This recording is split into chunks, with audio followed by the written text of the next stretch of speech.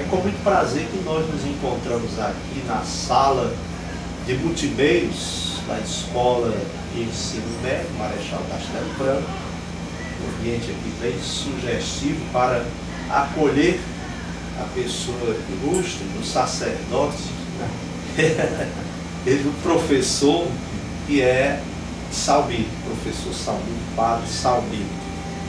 Este nosso documentário será oportunamente disponibilizado na internet, portanto vamos colocá-lo ao alcance dos nossos internautas.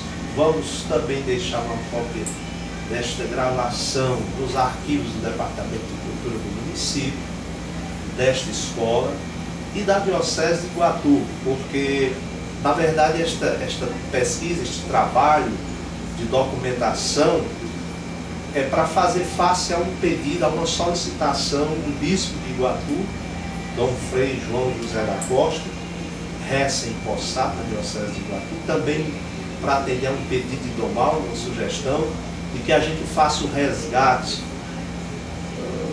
memorial da Diocese de Iguatu, diocese a que pertencemos, que foi criada há exatamente 50 anos, em 1961, pelo Padre João XXIII. E o Padre Salmito faz parte desta história, foi um protagonista, por sinal do limiar, né, Padre, do começo desta história. Então, Padre Salmito, nós vamos caminhar por aqui, vamos conversar um pouco, no primeiro momento, no primeiro bloco, sobre sua formação academicista, seus estudos seminaristas, mas, antes de mais, o senhor é natural de São Benedito, na Serra da Ibiapaba. Serra da Ibiapaba, na região tão fria. Eu conheço, viu? Eu já estive no município de São Benedito. Pois bem, e o senhor nasceu em São Benedito, depois desceu a serra, naturalmente, e vamos lá. Fortaleza, né? Fica à vontade. Meus pais vieram morar em Fortaleza e eu fui estudar em Canindé com os franciscanos. Estudei 4 anos no pré-seminário de São Francisco, em Canindé, e depois prossegui os estudos no seminário da Prainha, em Fortaleza. Assim, vamos precisar datas, cronologicamente, na Prainha. Eu entrei no seminário franciscano em Canindé em 28 de fevereiro de 1943. E saí de lá, terminei os estudos em novembro, 15 de novembro de 1946. 46. Foram 3 anos. E de lá entrei em 1947 no seminário arquidiocesano de Fortaleza. O famoso célebre seminário da Prainha. Na época, ali sob a coordenação, vários sacerdotes, bispos, Noel de Câmara, José Bezerra Coutinho, muitos figuras bispos, muito importantes. E também pessoas ilustres da história do Brasil, como Padre Cícero, o Padre Cícero, também Capistrano de Abreu, chegou também lá. E teve também outro da Academia Brasileira de Letras que estudaram no seminário. O seminário, naquele tempo, era como que uma universidade. Lá havia no seminário da Prainha padres franceses. A influência filosófica, humanista, no seminário da Prainha era mais da França, era a influência da França. Mas havia padres holandeses também, e poloneses e os brasileiros. Os brasileiros, eles eram a maior parte de Minas Gerais. Eles estudavam em Caraça porque eles eram da congregação da missão. Foi fundado por São Vicente de Paulo, Lazaristas. Então eles cuidavam dos seminários.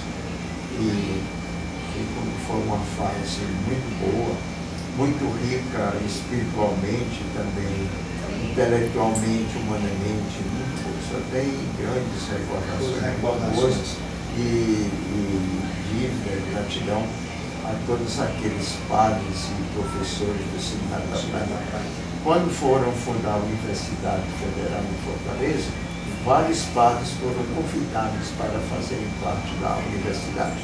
Entre eles, um padre que falava 10 ou 12 línguas. Poliglota. Era o padre Francisco Batista Luiz. Ele era especialista em Bíblia. Ele conhecia muito bem o hebraico. Ele deu aula de hebraico numa universidade de Israel.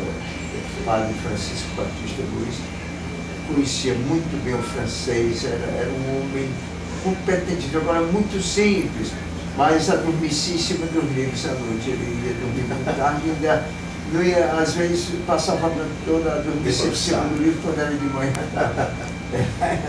Mas, aí ele foi ajudar na fundação da Universidade Federal.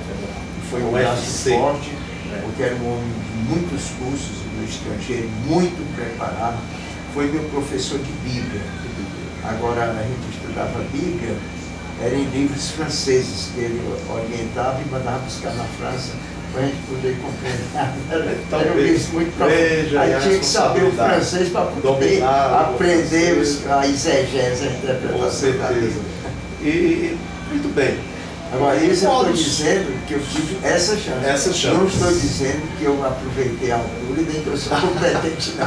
Agora, eu deveria ter aproveitado, porque a chance foi muito boa. Bebeu na fonte. Muito boa. Padre Salvito, muito bem.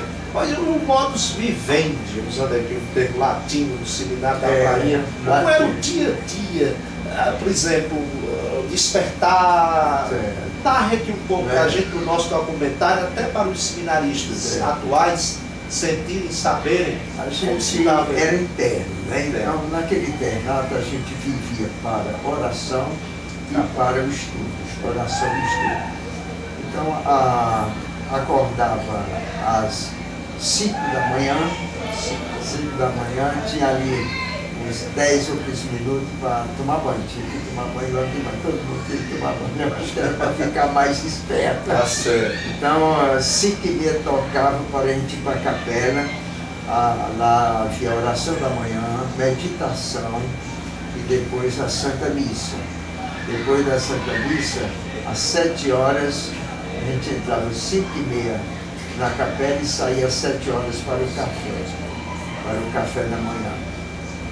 7h30, terminava o café, vinha com o recreio, quando dava 7h30 começava o primeiro estudo em preparação para a aula. A gente tinha uns 45 minutos mais ou menos de estudo preparando aquela disciplina.